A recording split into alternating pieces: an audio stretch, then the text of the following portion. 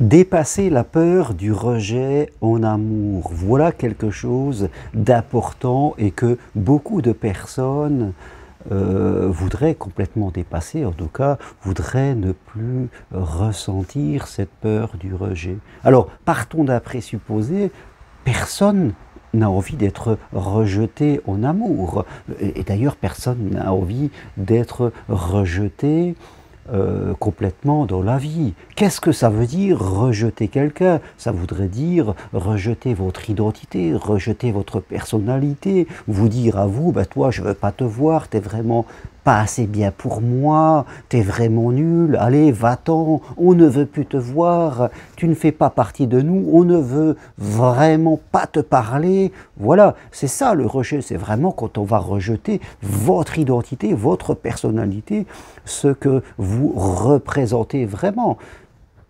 Et il faut quand même le reconnaître, c'est très rare que ça arrive.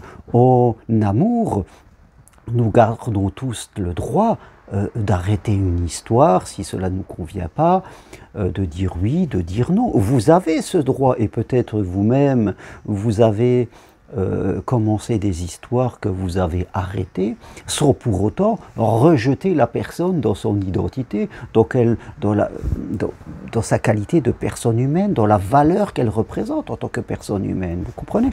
Je dirais, vous avez le droit de dire oui, de dire non. Vous acceptez la personne en face de vous comme un être humain digne de respect, digne de valeur. Vous n'êtes pas en train de lui dire « dégage, tu ne vaux rien ».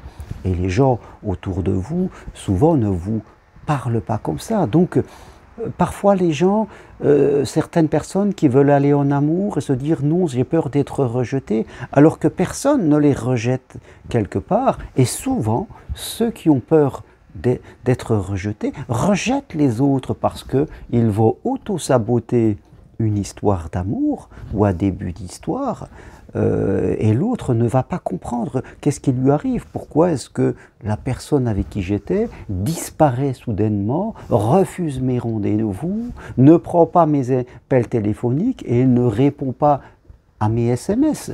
Quelqu'un qui est dans cette peur qu'il définit comme une peur de rejet, va souvent auto-saboter l'histoire d'amour. Alors il peut se auto-saboter à différents niveaux. Soit il va rester tout seul et il ne va pas aller vers les autres. Et même quand quelqu'un vient vers lui, eh bien, il va l'éviter, il va tout faire. Et l'autre peut croire, pour le coup, que, faites compte, on ne veut pas lui parler parce qu'il n'est pas assez intelligent. Vous savez, on projette, faites compte, on a la peur du rejet et on fait à l'autre ce qu'on ne voudrait pas que l'autre nous fasse. Ça aussi, c'est souvent comme cela. Hein, je veux dire, j'ai peur du rejet, donc je ne vais pas aux relations. Tous ceux qui m'invitent, je leur dis non.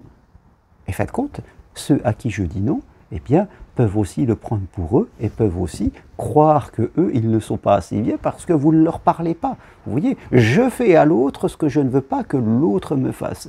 Et idem, je peux très très bien commencer une relation, et puis tout d'un coup, je ne vais plus communiquer, je vais disparaître, je ne vais plus faire les rendez-vous, comme je le disais, et l'autre va, parce que j'ai peur du rejet, et parce que j'ai peur du rejet, je vais arrêter une relation, je vais couper la communication, et je vais faire à l'autre ce que je n'aimerais pas qu'il me fasse.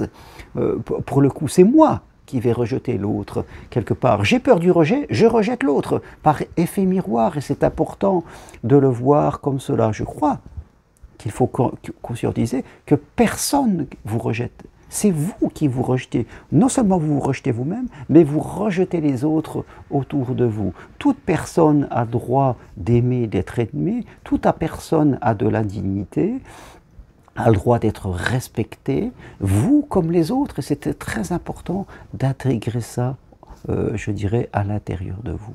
Alors oui, nous n'avons pas envie de souffrir en amour. L'amour peut faire souffrir, l'amour peut me faire souffrir, et je peux faire souffrir quelqu'un, c'est-à-dire je garde la liberté de dire non. Donc je peux commencer une relation où l'autre est amoureux de moi, et moi, faites compte, je ne le suis pas.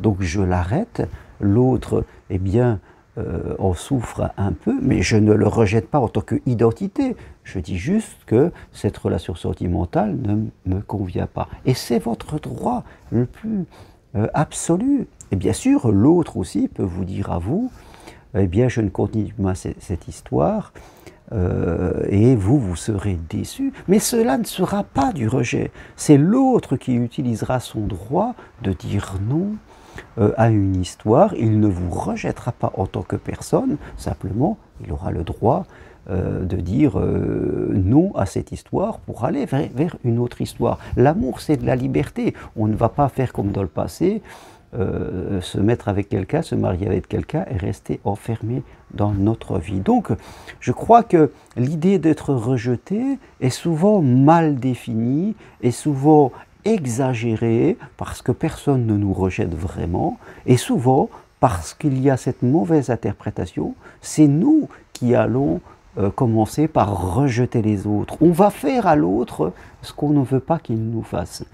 Bien sûr, tout cela est lié à l'estime de soi, à la confiance en soi, et c'est ça qu'il faut renforcer, l'estime de soi, la confiance en soi. Vous êtes une personne complète, il n'y a pas de personne incomplète, vous êtes une personne qui mérite d'être aimée comme tout le monde, c'est important. Vous avez le droit de dire oui, vous avez le droit de dire non, vous avez envie d'être respecté, donc vous respectez les autres. Soyez toujours, comme le disait Gandhi, ayez toujours le comportement que vous voulez que les autres aient envers vous. Soyez quelqu'un de spirituel, d'ouvert, quelqu'un de calme, de posé, de respectueux.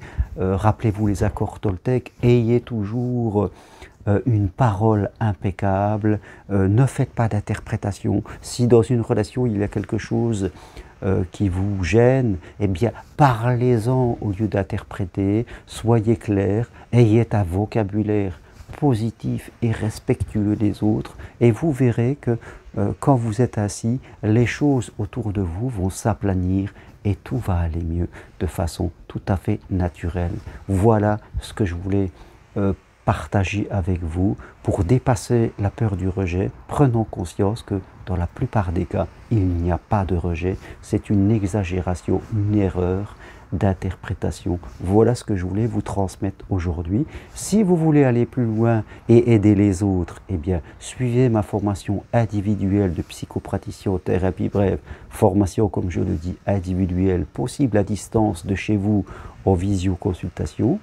Et si vous voulez faire le point de votre vie, eh bien, écrivez-moi. On se fait une consultation à distance par Skype, WhatsApp, en un rendez-vous, vous verrez qu'on peut déjà faire beaucoup de choses. Toutes les infos pour me contacter sur mon site germainrocari.com ou sur le texte qui accompagnera cette vidéo.